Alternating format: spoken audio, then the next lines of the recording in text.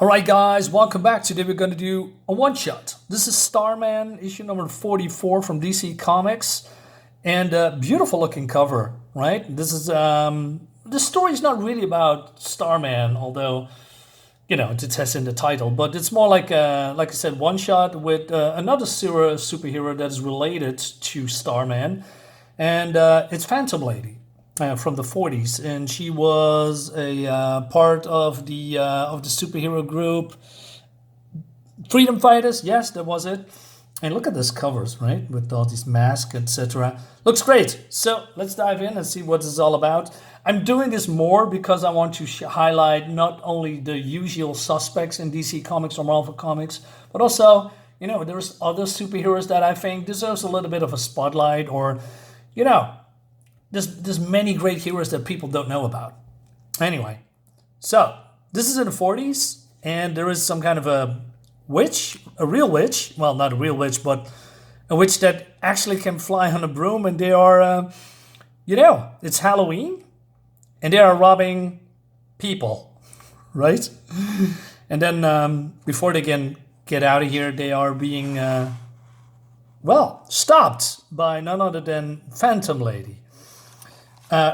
Writer is James Robinson, penciler Mike Mayhew, inker is Wade Von Grawbadger. What a great name.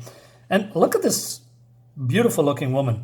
Now, before the purists can say anything, I looked up the wiki. It seems that she dressed purposely like that to distract males, which helps a lot with her, busting criminals. So that is a deliberate choice. So, yeah. Okay. And I don't mind, right? Beautiful women. We like to look at beautiful women mostly, or I'm not sure what your preference is when it comes to that. But still, for me, I like looking at that. Anyway, moving on. So she is kicking ass, and she's pretty good at that. But also, this witch calls her a crazy tramp. Now, it's a long time ago, a very, very long time ago, that someone calls someone else a tramp. Phantom Lady doesn't like that. Her real name is Sandra Knight, and she happens to be the cousin of Ted Knight on our own esteemed Starman. I didn't know that. I know that she was somehow related to some superhero. I never figured out which one. And that's a great reveal. And although she doesn't have really superpowers, has great fighting abilities. She has some detective skills, I guess. But she has also some kind of a, mysterious weapon that can turn herself invisible, and it's called some kind of it has some kind of a bracelet. And I think, okay, this is cool. And she wields the black light, right? With it, she could project darkness or be consumed by it. So, and that's exactly what she's doing. She is, this feels very old school, right? With these people in 40s clothing getting their asses kicked, And I really like this, this, she says boo, and then she whacks him. And I like this sound effect with him, in it. And then she's materializing again. Well, not really materializing, but you know what I mean. Now, all that is left is your naughty boss, wherever she is. Tramp indeed, the nerve. I like it also, the props to the colorist, by the way. Great lighting effect, all these villains robbers are blue, and then she's popping with the green and the yellow. Very nicely done. Anyway, but it seems that she is also a socialite or something, and she's sharing her adventures with a woman called Mavis, but not as Phantom Lady, but more like, oh man, I was there at the party and I was being robbed. So she's basically telling another story as her as a victim, right? And the Prairie Witch got away with everything. Yeah, from what I've heard, the witch and her man were attacked by Phantom Lady. In the melee, the witch escaped and took cache of jewels with her. I also like that they are still smoking because there was a thing back then, right? So it's not censored. I mean, everything's now censored and being dumped down, you know. Anyway, Arthur van Outen was furious. His wife was wearing a grandmother choker collar. And she also said that he's putting a reward on the witch, $250,000. Uh-oh. And she says, what's wrong? A reward that big can make men crazy. They do crazy things, desperate things. They're getting killed. Well, that isn't our problem. Finding a suitable dress for tonight's party is. All right, so they are talking about, you know, their lifestyle and dating preferences, I guess, right? And then I need another cocktail. You always do. I always do. I just had a thought. And she says, the reward that Artie offered for the Prairie Witch capture, that could go towards the war effort. I think, okay, yeah, I forgot, right? Because this is in the 40s, right? So there's a little, still, the war is still going. Jesus, I misremembered. When did the war stop, by the way? I blanked. Oh, man. I should have known. I mean, I've learned this in school, but still, let's move on. Let's move on before embarrassing myself. And, well, you better be extra charming to the fellow who captures her if you expect them to hand it over. Or I suppose you could capture her yourself. I'm sorry, Sarah, I didn't mean to make fun. That's okay, Mavis. I'm used to your humor. Catch the Prairie Witch myself, indeed. What a ridiculous notion. Right. Anyway, so, and then she's riding horse with Ted Knight, Starman, right? And it seems, and I didn't know that later on, that she became, I mean, she is one of the first superheroes in DC Comics. And he was inspired by her. And when he became, you know, has the power of the stars. I don't know exactly his origin, but he gets some kind of a cosmic rod that turns him into Starman.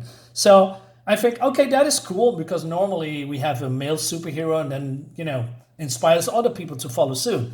But now it's the other way around, although she's more like a low-level, much unknown superhero, and he became, you know, part of the GSA, you know, the big leagues, right? So, pretty cool. And they are here in Opal City. I think that's also cool because, you know, Superman has Metropolis, Batman has Gotham, the Flash has, what's it called? Star City? I forgot. But that city, but she is here operating in Opal City, along with Ted Knight. Anyway, and she admits that she was never in the big player and all that, and then the All-Star Squadron, right? And he says, well, doesn't it bother you that you aren't better known or respected? Anyway, what about the freedom fighters? So she explains that she barely sees them because a lot of her peers are doing other stuff, like Uncle Sam, you know, because it's war, right? He's gone. Condor has some kind of a secret identity involving the government. And Human Bomb spends a lot of time in his lab trying to undo the process that made him what he is. The Ray, he's a reporter, and also Dollman. And she likes Dollman, but the Dollman has, you know, his eyes set on another reporter. Anyway, but she says, I like being Phantom Lady, but Sandra Knight comes first. Though I am pleased that my decision to become a superhero inspired you to follow my lead and become one yourself. And you got on so much acclaim. And then she says, hey, do you remember first time we went riding together? No. No, you broke your arm. Oh, that was with you? I thought. And she said, well, glad I made an impression. Anyway, I think it was my undoing being a superhero. I enjoyed showing off. My looks. I'm vain, I admit it. I'm the second most wanted GI pinup after Grable. I had to look that up probably, because Grable is probably some kind of a war pinup girl. I'm not entirely sure, or just a pinup girl in general. And but I'm proud of that. I doubt I'm still confident in the public. Green Lantern or me, a girl in a swimsuit guarding the city? Who would you choose? I like the art. I think the art's lovely. She looks good, by the way. You have your invisibility, I suppose. I'm proud of you, Ted. You're so proud. You've done it, haven't you? You're a big name, a bright suit. and I'm proud of myself for being a small part of Starman's conception. And they smile at each other. This is a nice moment, right? Well, if it makes you feel better, I think most people would choose Green Lantern over me as well, but not here in Opal City, she says. No, not here. And then they are talking about his villain called the Prairie Witch. He says, how do you know? She began a crime spree here 2 days ago. She's back all right. Not for long if I have my way. She's pretty determined. And you can really see that she is being cut out of another cloth. I believe that's how the saying goes in America, right? Or in the US or in the West. Women and girls, superhero women are differently built because of war, right? They are not, the typical housewife. They can be, right? Because there's this sensibility is still there. But they can also be very tough and sometimes deadly because of war. Pretty cool. Anyway, so we have this witch, and there she's preparing to another, warehouse assault or, robbing. And this guy says, I don't know, man. I'm thinking as all nervous, wondering about what? Whether you're the kind of criminal I should follow. The last guys you got caught by a woman and say you're crazy. Me? I'm not sure I should follow a crazy, but then she shoots him in cold blood. Looks great, this particular panels here, and then goes over and from left to right here. It looks, well done. Well done. Nice colors too. So they are robbing this warehouse, and this guards just stop. You can't. Can't? Why not? Shut up and die. She shoots him in cold blood. I like that. And it seems that she is more like a low-level villain, but always in the eye or tangling with Starman. And then, give up, witch, a voice says. It's over. Looking great. Smoke of the gun. And I thought I'd see you tonight. How? I looked to my crystal ball, of course. Is that why you're so calm? Now, I know that's normal course of action would be useless. And she says, I could fire bullets at you, but it wouldn't do nothing because of your rod. And it would be deflected. So she says, I'm planning a bomb. So you have to choose, catch me or save the Opal Orphanage. And she says, how do I know you're not bluffing? I never bluff. And she detonates it. So Starman is going, to the rescue, and then she can fly. He's gone. Good is all that. Good. Is that all the first? Then let's be gone too. And these guys are pleased and said, oh man, this is great. We should have done this sooner. And then they are getting beat up. So this guy's getting punched in the face. This guy's getting kicked out, breaking a collarbone. And then invisible hands steers the car into a lamp pole, crashing the car, like the sparks here. A little bit more kinetic speed would be nice, but looks great. And then we see Phantom Lady. Hello, cutie. Remember me? I like that she is so sassy, And then she jumps at the witch, and they struggle, and then we have a fight in the air. So she punches them, the witch, and this is cool too. So she's not only punching her, but also throwing her complete weight into it, and then doing it over and over again. And watch who you call names next time. And she's landing. Congratulations. You just bought some war bonds. Stars and stripes, my lads. And then later with what's Maven or something. So how was your trip to Opal? Pleasant. I saw my cousin. We went riding. Any romance? With my cousin? With anyone? No, I relaxed. I didn't go out at night. That's unlike you. Is it? I never really thought about it. And then we have this guy that's basically the narrative of this book. And I have no clue who he is, but it seems that he probably wants to visit Sandra Knight sooner or later. And that's the end of the book. And I think it's great.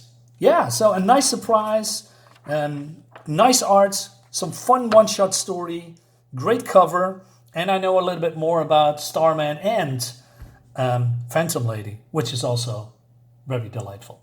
Anyways, guys, thank you so much for watching. Hope you have a great time. See you next time. Bye bye.